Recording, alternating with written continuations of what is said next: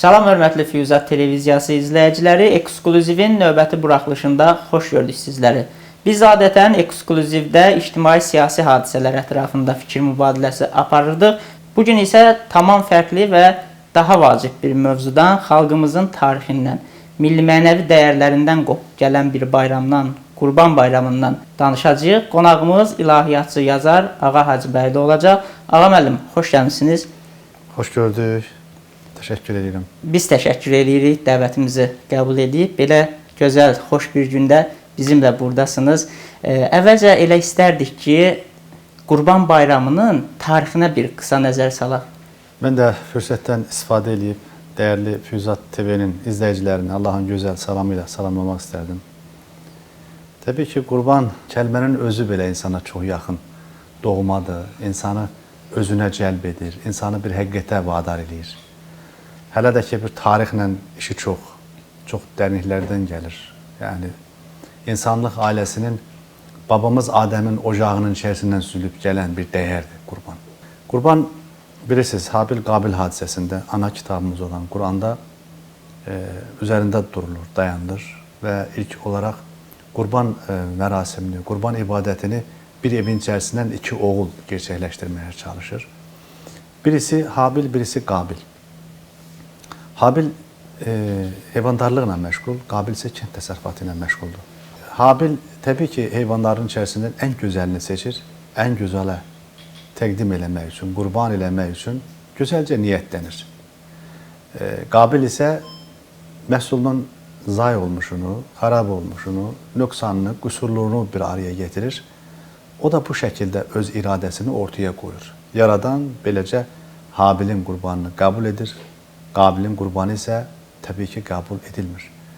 Və bu bir həsədə çevrilir, bir kinə nifrətə çevrilir. Bəlkə də bir ailənin dramı yaşanır.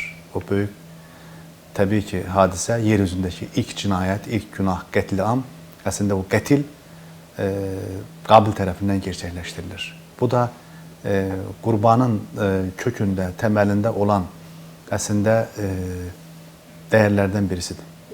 Daha sonraki mərhələlərdə biz bilirik ki, Qurban bayramı xüsusən İslamiyyətin yayılmasından sonra daha geniş bir coğrafiyaya yayıldı və bütün müsəlmanlar bu bayramı xüsusi təmtəraqla qeyd edirlər. Amma fərqli ölkələrə baxanda biz həmin ölkələrdə Qurbanın fərqli şəkildə qeyd edildiyini görürük. Ona görə də maraqlıdır. Bir ilahiyyatçı kimi siz bu Qurbanın təbii ki, əsas şərtlərini və İslamiyyətdən doğan şərtlərini araşdırmısınız. İzləyicilərimizlə onu paylaşmanızı istərdik ki, Qurban kəsərkən nəyə diqqət etməliyik və onun əsas şərtləri nədir?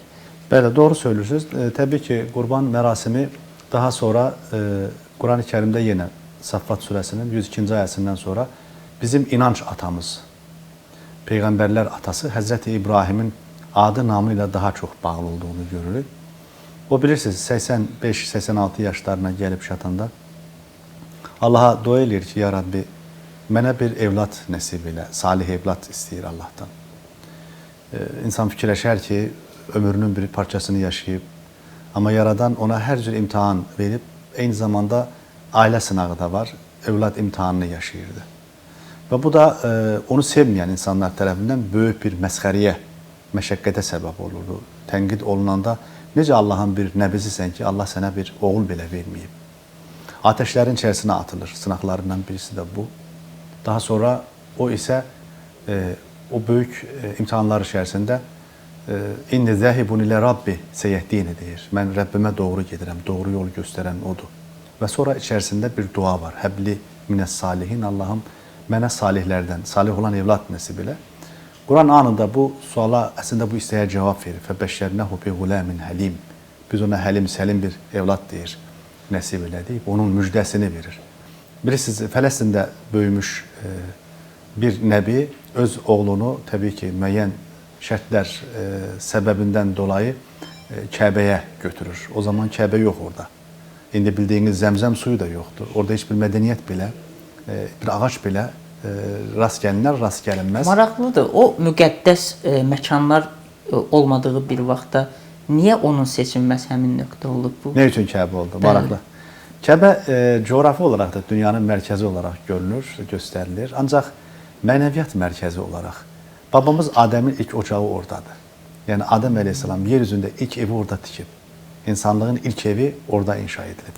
Ağa müəllim, burada istərdim ki, Kəbənin elə tikilmə tarixindən də qısa məlumat verərdiniz. İbrahim peyğəmbərlə başlayan bir yolculuq var. Onu izah etsəniz məmnun olardıq. Dünyadakı olan bütün inançların, səmavi kitabların hər birisinin mərkəzi olaraq İbrahim əleyhissalama gəlir. Çünki bir qanadı İshak əleyhissalam, digər qanadı isə Həzrəti İsmail əleyhissalam olma şərti ilə Yaqub nəsli, Bəni İsrail təbii ki, Həzrəti İshak əleyhissalamın nəslindəndir.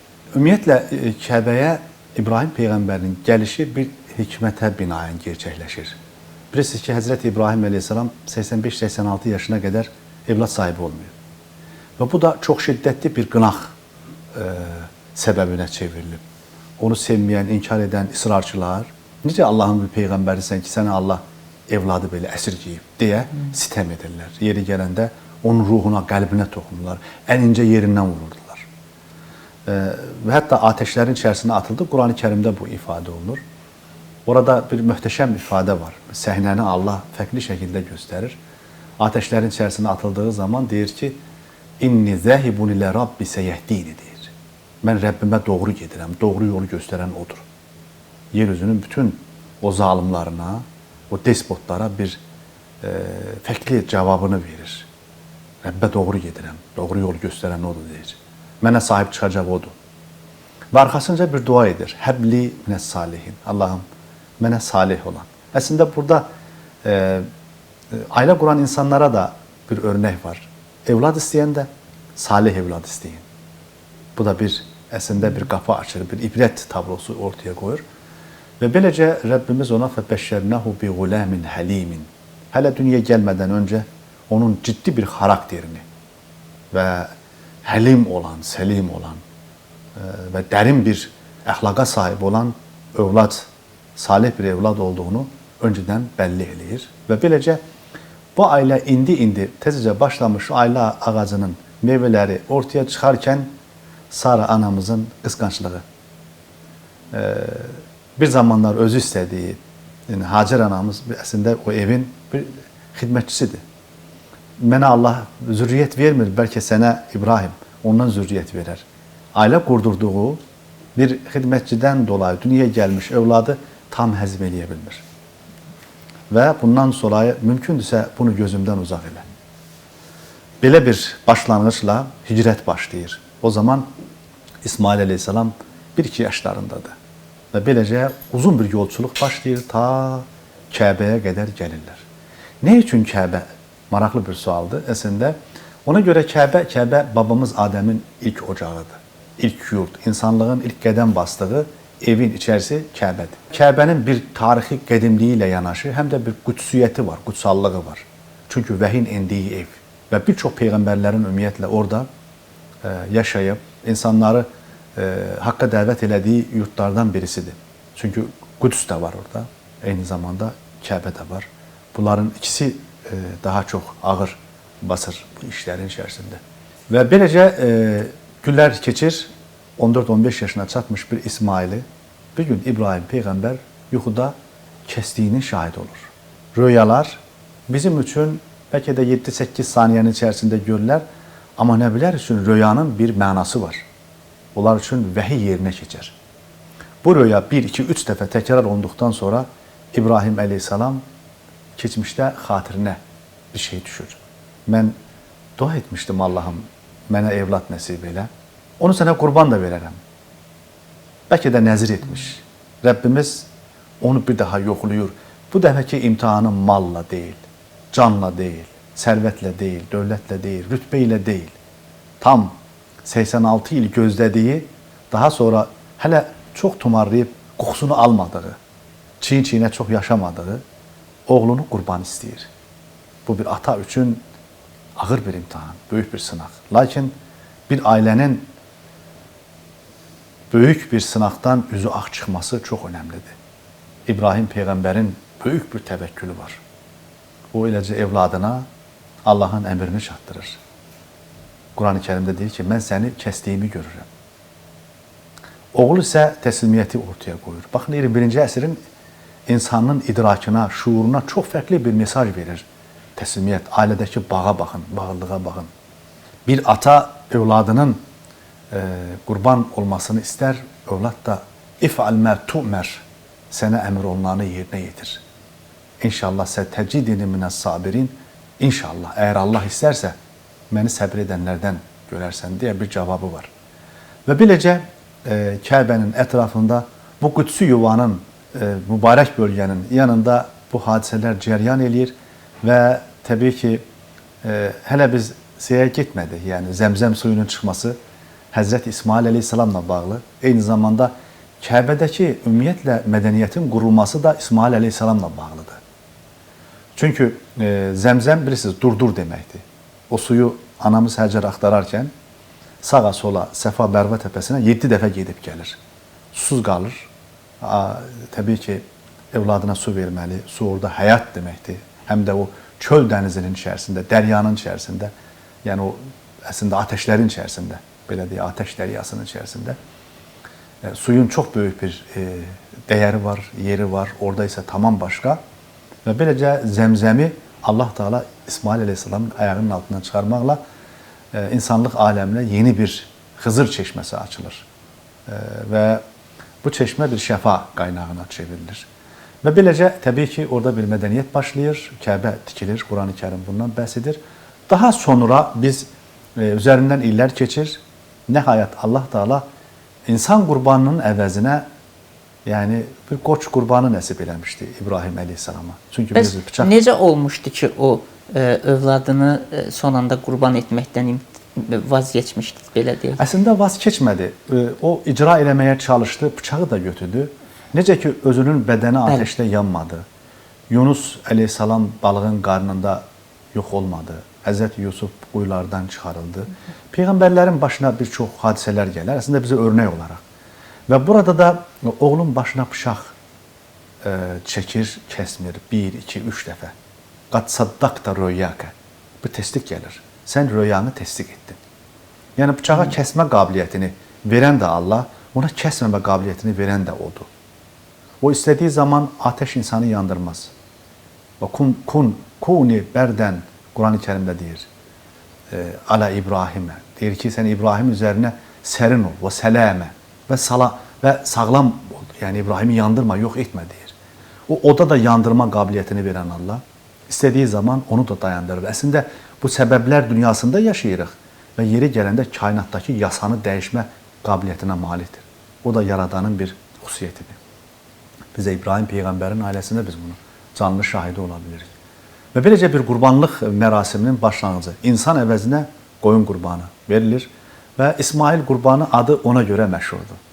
Yəni bugün artıq biz bir qurban kəsmə ərəfəsinə gedirik. Təbii ki, Zülhiccə ayının ilk 10 günü içərisində bilirsiniz, çox möhtəşəm günlərdir. Kitab buna and içir. Vəl fəcri və liyəlin aşr deyir. And olsun fəcrə, and olsun 10 gecəyə. Yəni qüdsi bir dəyəri var bu günlərin və bu günlərin içərisində zirvə nöqtəsində Ərafa günü var. Ərafa babamız Adəm ilə nənəmiz Həvvanın Ərafat dağında görüşdüyü gün, görüşdüyü yer. Ərafa tanımaq, bir-birini tanımaq, bir-birini görmək, bilmək. O yerdən qalan bir dəyər günümüzə qədər gəlib çatır və Peyğəmbərimiz Aleyhisselatü Vesselamə də hicrətin 2-ci ili artıq qurban kəsmə, şəriətin hökmləri bilirsiniz, daha çox Mədinədə başlayıb. Çünki Məkkədə eynən ayələr daha çox tövhid həqiqətlərini anladır. Mədinədə isə şəri hökmlərin daha çox olduğunu görürük. Və beləcə qurban ibadəti bizim də Peyğəmbərimiz Aleyhisselatü Vesselamın şəriətinə daxil olur və bundan sonra məlumdur ki, qurbanın kəsilməsinin şərtlərini də biraz öncə vurğuladığınız kimi şərtlərini də o təyin edib. Hansı şərtlərlə, hansı şəkildə, necə kəsilməlidir? Təbii ki, söhbətin axırında buna da toxunacağıq.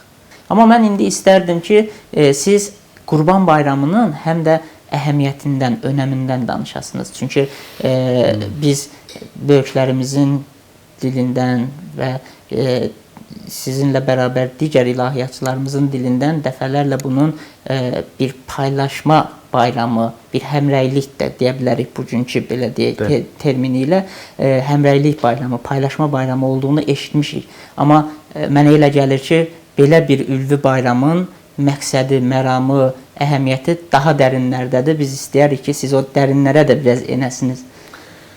Çox sağ olun verdiğiniz sualdan dolayı. Gerçəkdən qurbanın mahiyyəti çox dərindir. Biz onun tarixinə baxdıq, bir də mənasına, ruhuna enək. Bəlkə də qurban insanın içindən başlayır. Kəsiləsi heyvanın başı yox, bəlkə də bizim nəfsimizin nəfəsinin kəsilməsi, içimizdəki bütləri yıxmaq, o qabarmış kin damarlarımızı kəsib atmaq. Orada heyvan deyil, kəsilən bir qurbandır.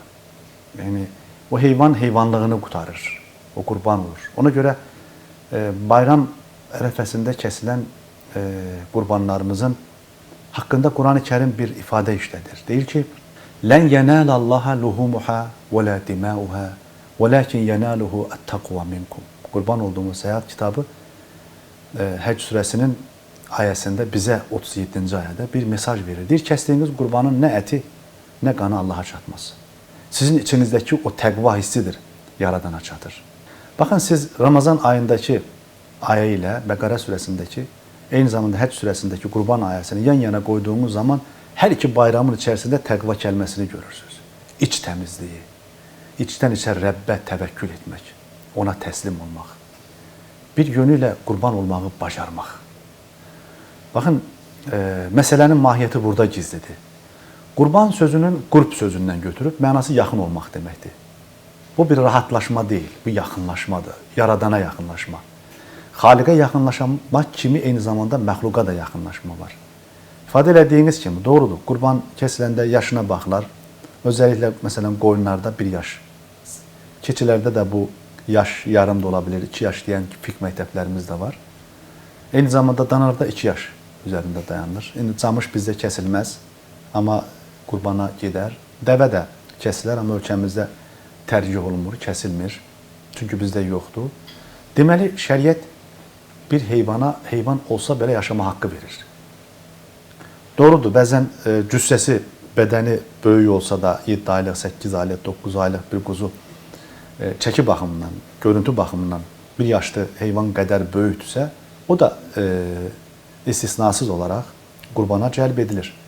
Amma ifadə elədiyimiz kimi qurbanın daha fərqli mahiyyəti insanı yetişdirməkdir, insanı təzələməkdir, insanı özünə qaytarmaq, insanı fitrətinə yönəltməkdir, gerçək sevgiyə çatdırmaqdır. Yəni, var olanı ver, verəsən ki, ala biləsən, əkəsən ki, becərə biləsən, yaradan üçün, onun üçün qurban olmaq. Axı, İbrahim Peyğəmbər oğlunu qurban verdi. Biz İsmailimizi, bizim görəsən İsmailimiz nədir? Birinin İsmaili kürsüdür, birinin İsmaili puldur, birinin İsmaili şöhrətdir. Hər kəsin bir İsmaili var, sevdalandığı bir dəyəri var. Ondan vaz keçməyi bacarmalısan. Qurbanda əslində tərk etməyi öyrədir. Bir yaradan var deyir, sən onun yoluna üz tut, tərk etməyi bacarırsanmı? Bugün sadəcə bir heyvan kəsib paylamaq işin qurtarması deyil. Allahın Resulü Aleyhisselatü Vesselam buyurur ki, deyir, imkanı olub qurban kəsməyən bizim namazgahımıza yaxınlaşmasın. Deməli, qurbanın bir əhəmiyyəti var. Özü Aleyhisselatü Vesselam, o varlıq nuru, həm öz ailəsi adından kəsər, həm də ümməti adından kəsərmiş.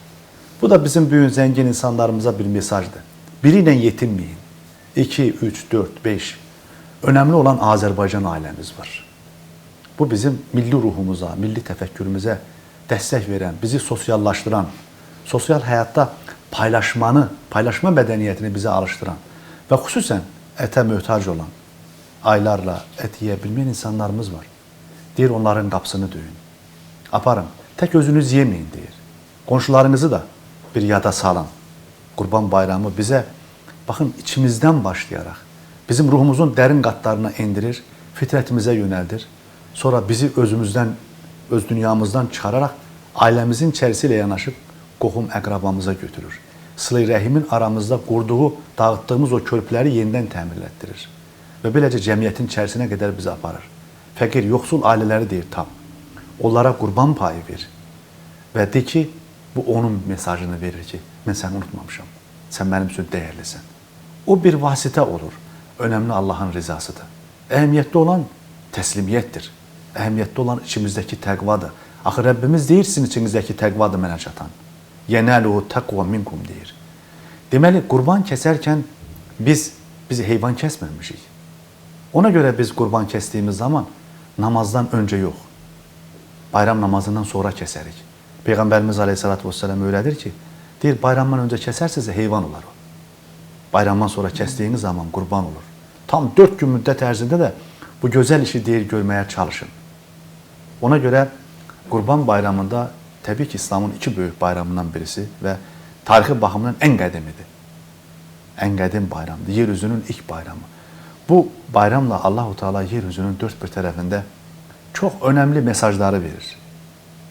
O qədər əhəmiyyətli insanı, o insanlığın dəyişməz dəyərini aşılayır və bizi təzdən babamızın ocağına götürür. Düşünün, dünyanın hər bir kültüründə, mədəniyyətində əgər qurban kəsmək İslamın əli ilə, bu şəfqətli əlləri ilə gerçəkləşmiş olsaydı, dünyada bu qədər körpələr, uşaqlar, ailələr, insanlar məhv edilməzdi.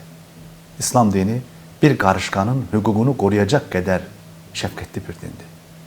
O bir heyvanı belə kəsiləndə deyir ki, heyvanların arasından ən gözəlini seçin. Boynuzu kusurlu olmasın, gözü kusurlu olmasın, kökü olsun, ən yaxşısı olsun. Çünki ən gözələ təqdim edəcəksiniz. Baxın, bu ruhu, bu ruhaniyyəti, əslində bu kültürü bizə qazandırır dinimiz. Ona görə insanın bu dünyanın pəncəsi altından qurtarır, onu daha ali bir ruhu səviyyə qaldırır, həyat gerçəklərini oradan oxutdurur. Yəni, qurbanda əslində bir iqra, oxu hökmü var.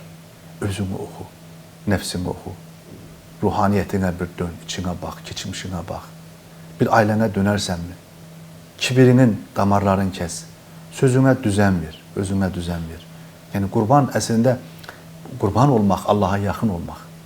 Hansı halımızdan Allaha yaxın olacaq? Bizə şah damarımızdan yaxın olana. Hansı əməlimizlə, hansı nifrətimizlə, hansı qəzəbimizdən ona yaxınlaşırıq? Biz ətrafımızdakı qonşumuza, qohumumuza, sıla-i rəhimi kəsib doğradığımız halımızla mı yaxınlaşacağıq? Yoxsa bir insanın içərisində əgər hələ də qərəz varsa, o suizənlə insanlara baxırsa, o hansı dua ilə Allaha yaxınlaşa bilər ki? Onun dərin bir tövbəyə ehtiyacı var. Və biz qurbanın vasitəsilə əslində yenidən Rəbbimizə yönəlirik. Babamız İbrahim kimi. O necə dedi ki, Allaha yönəlirəm? Biz də yönələcəyik, sıyrılıb çıxacaq bu dünyanın labirintləri içərisindən, bu dünyanın məşəqqətləri içərisindən. Nəfsimizin quyusundan çıxacaq, Həzrət Yusuf çıxan kimi. Çıxmasaq, o günah sektorlarında əlimiz, ayağımız, dilimiz, dodağımız, əzalarımız kirlənəcək. Ruhumuzu kirləndirəcəyik. Odur ki, gerçək mənasıyla qurban bir mədəniyyətin carçısı, bizi haqqa dəvət edən bir səmavi mədəniyyətin adıdır. Bir növdə beləcə deyə bilərik ki, Qurban Bayramı həm də bir ilahinin insanları tərbiyələnməyə dəvət etdiyi, nəfsin tərbiyəsinə, öz insan keyfiyyətlərinin tərbiyəsinə dəvət etdiyi bir yoldur, bir istiqamətdir deyə bilərik. Təbii ki, qurbanın ruhunda əslində dediyiniz tərbiyə gizlidir, Rəbbi tanıma gizlidir. Mən fürsətdən istifadə edib bu cümlə də söyləmək istərdim. Çünki bugün sadəcə Bakıda qurban kəsilməyəcək. Artıq 4 ildir, 5 ildir ki, Qarabağımızda qurban kəsilir, Şuşamızda. Biz Xanın kəndində qurban kəsirik. Kəlbəcərimizdə qurban kəsirik. Ya Rab, nə gözəl bir lütf elədin bu xalqa, bu millətə. Artıq o dəmir yumruq əlini açıb qurbanlar kəsir. Amma yumruq yerində. Yeri gəldə düşmənin başını əzəcək gücdədir. Arzumuz budur ki, Həşim müəllim, inşallah növbəti ilimizin qurbanlarını Zəngəzurun yolları üzərində kəsək. Qərbi Azərbaycanımıza dönüş günümüzün qurbanlarını kəsək. Bu millət o günləri, o əziz, müqəddəs günləri gözləyir. İnşallah İbrahim, İsmailini gözləyən kimi biz də onu gözləyirik və inanırıq ki, haqqal yəqinlə, yəqinliyin ən ali mərtəbəsindən baxaraq o günləri görürük, çox yaxındadır. O qurbanlarımız da bəlkə də bu gün doğulub artıq, gözləyirlər. Analarımızın bəlkə də artıq 2 yaşı tamam olur. Qurban halına gəlib inşallah. Həqiqətin dini İslam bütün həqiqətləri parıldatmağa qadirdir. Dua edirik və ümid edirik, həmçinin əminik ki, bir gün o dilədiyiniz, gözlədiyiniz və inandığınız reallıq qapımızı döyəcək və biz də o qapını açacağıq, o reallıqla qarşılaşacağıq və Azərbaycan xalqı da əsrlərdir məruz qaldığı haqsızlıqların beləcə qarşısını keçib öz haqqına qovuşacaq. Çox sağ olun ağam müəllim, təşəkkür edirik. Amma sonda istərdik ki, qurbanın o şərtlərini də incəlikləri ilə izah edəsiniz. Qurbanımız kəsilərkən üzü qibləyə olacaq. Allah Əkbər sədaları altındadır. Və təbii ki, bıçağımızı öncədən itiləyək, hazır vəziyyətə gətirək, qurbanımızı incitməyək. O heyvan olsa, amma qurbandır. Ona başqa cür baxaq. O bizim günahlarımızın əslində silinməsinə bir vəsilə olacaq. Kəsdiyimiz yerləri çox təmiz saxlayaq. Yəni, İslam dini bir təmizlik mədəniyyətini ortaya qoyur. Bu dinin ruhunda pakılıq, təmizlik var.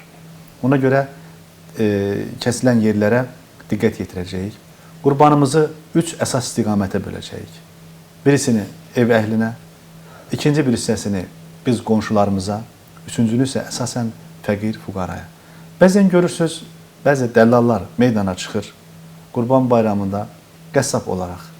Mən qurban deyil, kəsmişəm, amma ətini satır. Piş taxtaların üzərində qurban ətləri satılır. Qurban kəsilər, amma əti satılmaz. O parçalanır, bu şəkildə paylanılır. Beləcə, sona qədər 3 gün, 4 gün müddət ərzində qurbanlar kəsilə bilir. İnşallah qurbanlarımızı bu şəkildə kəsək. Bəzi bölgələrdə var, heyvanlara duz yaladırlar. Yalatmasalar, sanki o qurban qəbul olunmamış kimi göstərilir. Bu bir ənənədir. Bunun dinlə elə bir bağlılığı, elə bir əsası yox, təməli yoxdur. Önəmli olan, ifadə elədiyimiz kimi, qurbanın daha gözəlini seçməkdir. Buna diqqət yetirəcəyik. Başqa bir məqam da var. Bəzən görürsünüz ki, bir qoyunu kəsmək üçün bir neçə adam bir araya gəlir. Qoyun qurbanını bir adam kəsər. Amma dana qurbanına gəlincə, onu təbii ki, 7 nəfərə qədər insan bir araya gəlib kəsə bilərlər. Bir nəfər də kəsə bilər, 2 də kəsə bilər, ta 7. Ona görə ən çox belə məsələlərdə kəndlərdə şərik olurlar. Bir araya gəlirlər, qurban kəsmək üçün say çox olur. Ona görə sayı çox eləməyək. Qoyun qurbanlarımızın sayını çoxaldıq. İnsanlarımız biraz əllərini ciblərinə salsın. Gedib borc alıb qurban kəsməyək.